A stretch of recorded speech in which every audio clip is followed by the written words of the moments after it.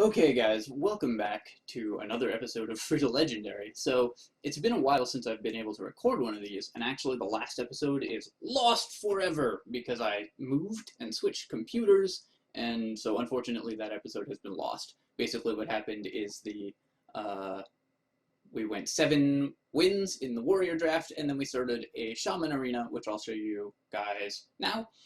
We also, since I haven't played since August, and it's now the end of September, get our rank rewards for the end of August. Rank 16, Questing Adventurer, we should get a chest, the Shield Bearer's Footlocker, which is going to contain within it, a Golden Bash, which we can immediately disenchant, a new season card back, and 25 dust. Okay, so basically we got some crappy rewards, just some dust. But some dust ain't too bad. We get some bonus stars. And we're now, whatever, rank 21 in the September. So unfortunately we basically forfeit our September rewards. And we have all these quests, which I'm going to be refreshing. So we currently have a Shaman arena, so Mage or Shaman Victory is one we can do. Only the Mighty will take a while, probably longer than Beatdown, so that's the one I'm going to refresh, and we pick up 3 victories, which is just a decent one that we can pick up 40 gold for. Other than that, nothing has really changed. Is there anything that we want to do before we can hop into the arena? I don't believe so, so let's just take a quick look at this deck. I'm already 1 win with it, because we did that in the last match. If I remember correctly, although it's been a month since I played, this is a pretty good deck. We've got some decent 2-drops, couple of Totem Golems, Silverhand Regent, which is a decent one, Tuskar Totemic, which is good if you're lucky, although obviously I'm not, Cult Master, which is great in Shaman, and then a Bloodlust to finish things off if we get ahead on board, along with the Thunderbluff Valiant, and double Urgent Commander and Fire Elemental. So I would think this is a pretty good deck. I hope to go like 8 or 9 wins with it. I don't think we can expect better than that, because if the opponent can stall our early aggression, we're in trouble.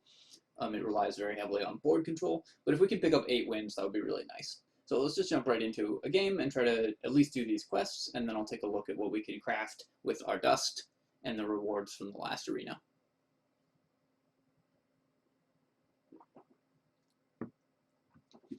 Oh, I'm going to turn on the volume here.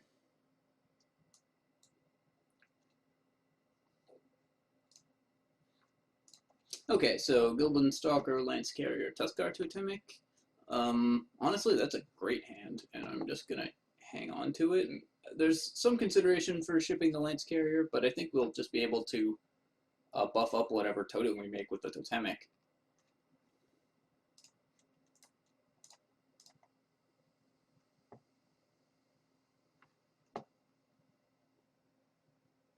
Ooh. Maybe I just do Totem Golem, and then I can just do Stalker next turn. Yeah, okay. Getting the Totem Golem on turn 2 is just really nice, and that interferes less with our curve. Oh, I think the volume is now super loud, and I apologize for that. Yeah, so that works out really well for us. We get to just eat his Micro Machine for free. And actually play, rather than a Stalker, I'm just going to play a Micro Machine of my own. We control the board. The Totem Golem is protecting our Micro Machine. We have Lance Carrier if we need it, or just Totemic. So this Micro Machine might well get out of hand. Looks like the opponent's just passing the turn, which is awesome for us. Couple options here. I can just play the Totemic. I can make a totem. If we get a healing totem, that would be great. So it would be like make a totem plus a Stalker. That uses our mana a little better than just playing a Totemic. Either way, we can get a healing totem, and that would be great. Because that would save our Micro Machine and also start healing our Totem Golem back up. I think rather than take the slow play, I'm just going to play the Totemic.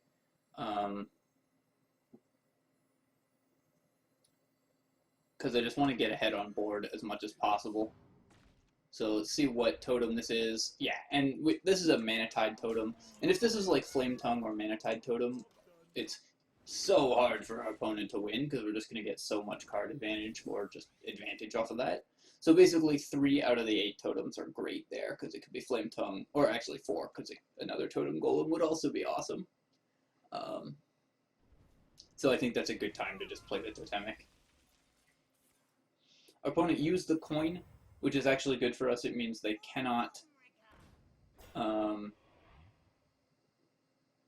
that they will not be able to coin out a Blizzard next turn, which is one thing that we're worried about because we're going to have a very wide board. Opponent just going to play this bad Nomergon infantry and whack it into something. If he hits that, I'll just trade my 3-1 for his 1-1. Actually, I might just hit it with the Totem Golem. I think I want to just play another Totemic. I could play Silverhand Regent and get value off of that by making a totem.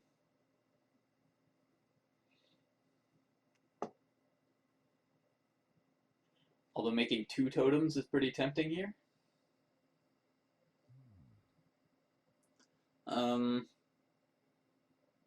I think we'll have time to use the Silverhand Regent, and Tuskar Totemic puts us just way ahead on board, like regardless of what totem we get, as usual. And it was a healing totem, which is even better. And then we get to make a 1-1, hit that, draw a card, and heal our board. And this deck is going off.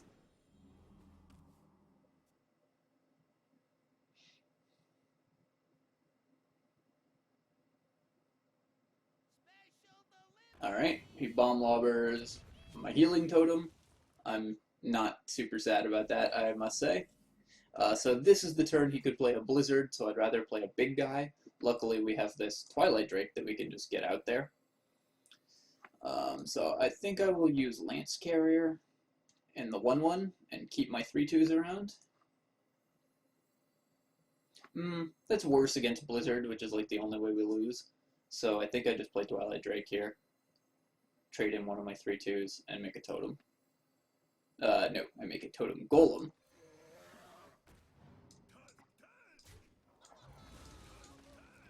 I've drawn like 5 extra cards off of this Manatide totem. Well, the Bloodlust was not necessary, but it will be a stylish finish for this game, assuming he doesn't have Blizzard this turn.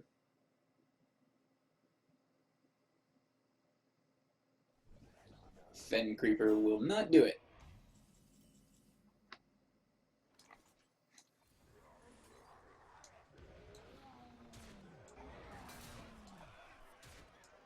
And finished with the Manatide, because I like that. Alright, well that was a pretty convincing showing for that deck. Oh boy, leveled up the Shaman, got some Bloodlusts. So let's just hop right back in.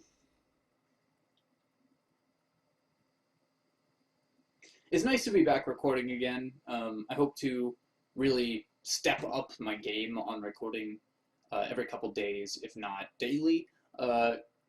Now that things are a little bit more settled down. Obviously I was moving, so moving takes a toll on you, but now we're going to be back in action. Up against a Paladin, very common foe. I'm just going to keep Totem Golem and the Stalker again. Ship this Argent Commander looking for something earlier game. Emperor Cobra will do just fine. Games you start with Totem Golem just feel really good. Although our opponent, because he's a Paladin, has one of the best answers to the Totem Golem in the form of Shielded Minibot. But since we have a second 2-3, we can eat even Shielded Minibot.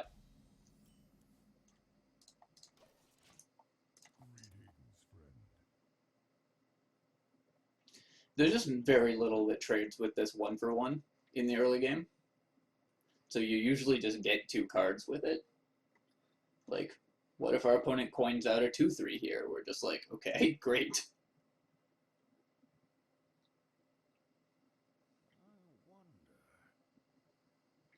Playing against a nice slow player, of course.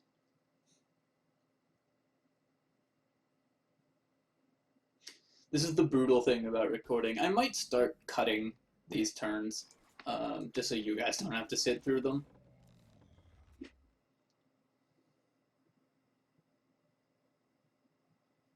Because if our opponents are just going to take 10 minutes to make every play, then I don't want you guys to have to deal with that. So I'm going to think about editing these games, paring them down a little bit.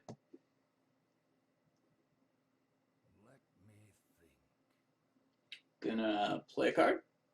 No? Nope, not gonna play a card. Alright. Thought about it, decided, didn't have anything he wanted to play. Moving on.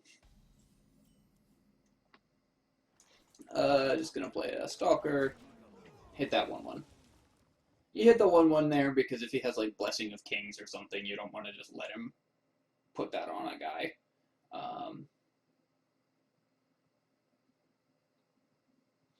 If he makes another 1/1, I will hit it with my Stalker, because I'd rather keep the totem at 3 health, the golem at 3 health, to avoid consecration. Is he going to coin something? Just mouse over all his cards and kind of wonder what they all do.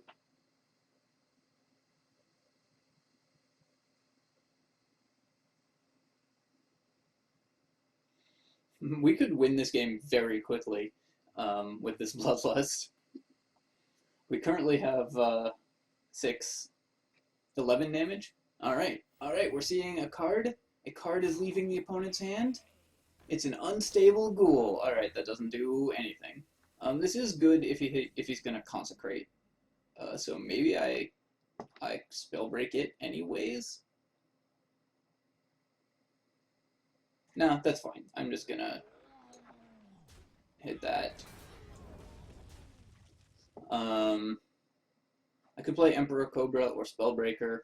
Spellbreaker uses my mana better. I'm definitely not playing Whirling Zap-O-Matic because I have my opponent on Consecrate. I think I'll just play the Cobra. Can trade with most things the opponent wants to do here. It's definitely worse in terms of mana usage.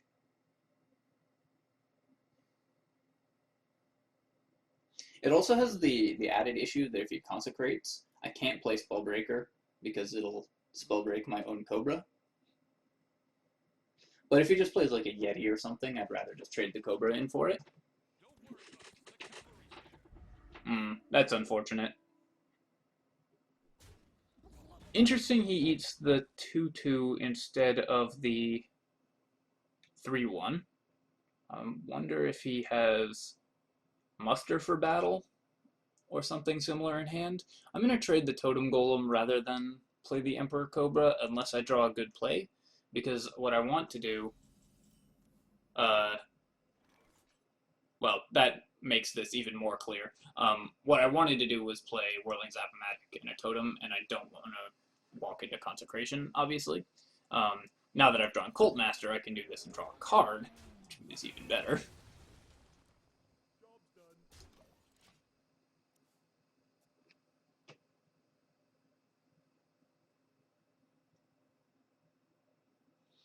Hope to just flood the board with stuff. I really want to put him in a position where he never gets to use this Consecration for more than like one card. He might have to do it this turn just to clear the Cult Master. Because if he just plays a guy and I get to trade in Emperor Cobra for his guy and draw a card, that's huge.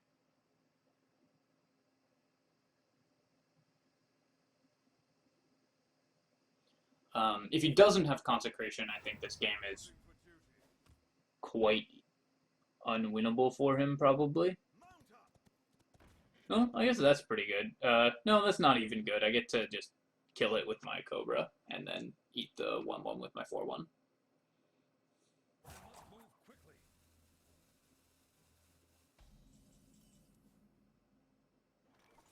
Alright, so I'm going to kill this, eat the 1/1 with my 4/1, make a Totem, and I could play Tuskar Totemic, but I think that just walks into Consecration too much. I'll just make a Totem and a Thrallmar Farseer, and that way I at least have a Thrallmar Farseer after the Consecration, which I assume is going to be his play this turn. If he, like, for whatever reason, doesn't have it, then we have 7, 12, 15, 25 damage with this Bloodlust. Put my opponent to 1.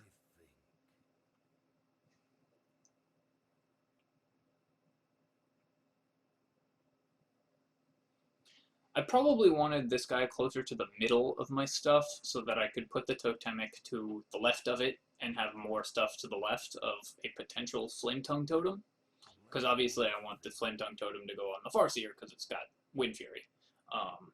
So it might have been, oop, I was disconnected. Maybe that's why my opponent has been playing so slowly. Okay, his Knife Juggler missed.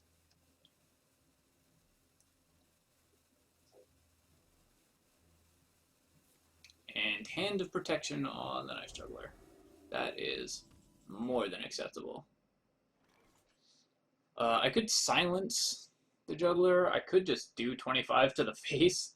I think it is 25, right? So that's 5, 10, 17, 22, 25. Oh, and Crackle. What am I doing? Okay. I drew the Crackle.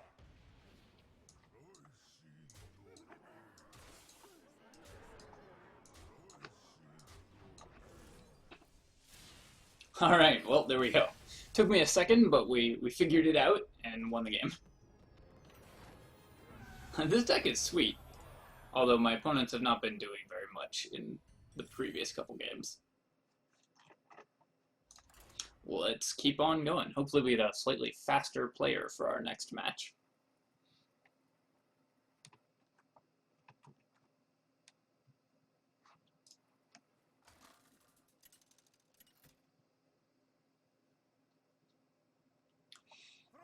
Alright, up against yet another paladin dude. I expect that this volume is... oh. Still probably too high. I will not keep Earthshock.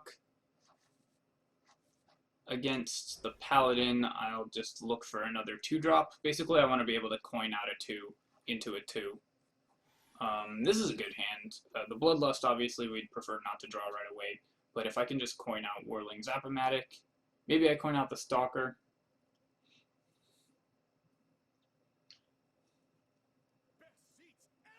Okay, well, against a tournament attendee, I coin out the Stalker and not the Whirling Zap-O-Matic.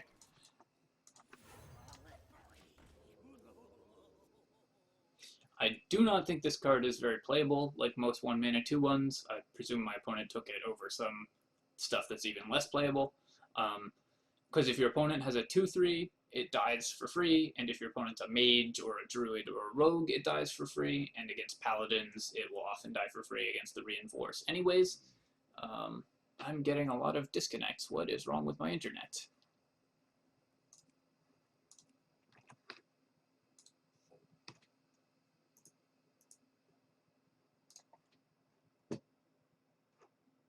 Help.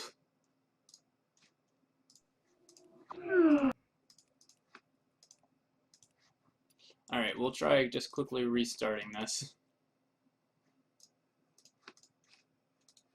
Just gonna restart Hearthstone. Technical difficulties, friends. Please stand by.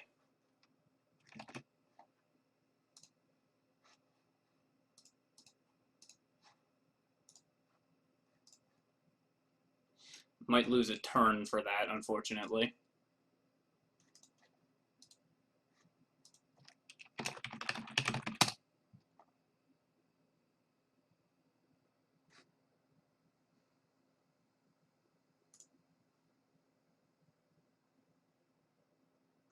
Maybe more than a turn. It looks like